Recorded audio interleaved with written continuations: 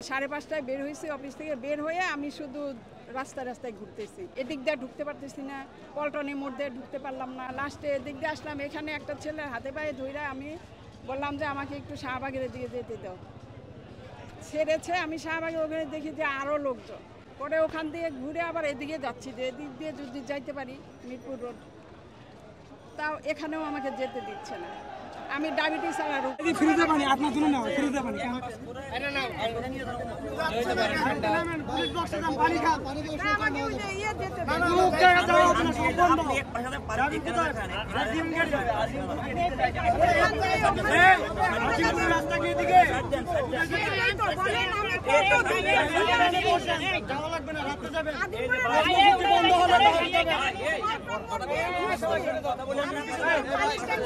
Aunty এত কথা বলে লাভ নাই, আপনাকে যাইতে দিবে না, আপনার বাইক নিয়ে আসেন।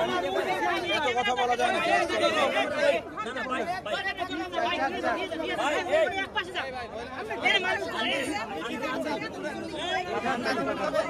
আপনি আসেন, হ্যাঁ আসেন, সামনে আসেন, আমরা সামনে আসেন। আপনি সামনে আসেন, আপনি সামনে আসেন ভাই।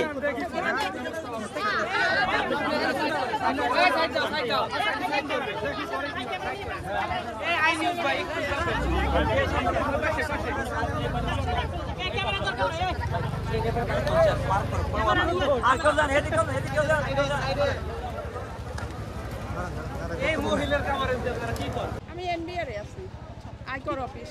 আমি সকাল 9টায় বের হয়েছি, গিয়ে অফিসে গিয়েছি, তখন তো এই প্রবলেমটা আমি জানি না, ঠিক আছে। তো সারাদিন অফিস করলাম, অফিস থেকে 5টায় বের হয়েছি, হ্যাঁ 5:30টায় বের হয়েছি অফিস থেকে। বের হয়ে আমি শুধু রাস্তায় রাস্তায় ঘুরতেছি। এদিক দিয়ে ঢুকতে পারতেছি না, পল্টনের মধ্যে ঢুকতে পারলাম না, পানির ট্যাঙ্কির ওদিক দিয়ে ঢুকতে পারলাম না, সচিবালয়ের সামনে দিয়ে ঢুকতে পারলাম না, তারপরে আবার ওই যে মৎস্য ভবনের ওদিক দিয়ে ঢুকতে পারলাম না। লাস্টে এদিক দিয়ে আসলাম, এখানে একটা ছেলের হাতে পায়ে ধরে আমি বললাম যে আমাকে একটু শাহবাগের দিকে যেতে দাও।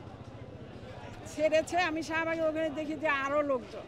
পরে ওখান দিয়ে ঘুরে আবার এদিকে যাচ্ছি, যে এদিক দিয়ে যদি যাইতে পারি মিরপুর রোড, তাও এখানেও আমাকে যেতে দিচ্ছে না। আমি ডায়াবেটিস আর রোগী। আন্টি আপনাকে তো বলছি আপনি গাড়ি সাইড করে বসেন না, গাড়ি সাইড করে রেস্ট নেন, বাতাস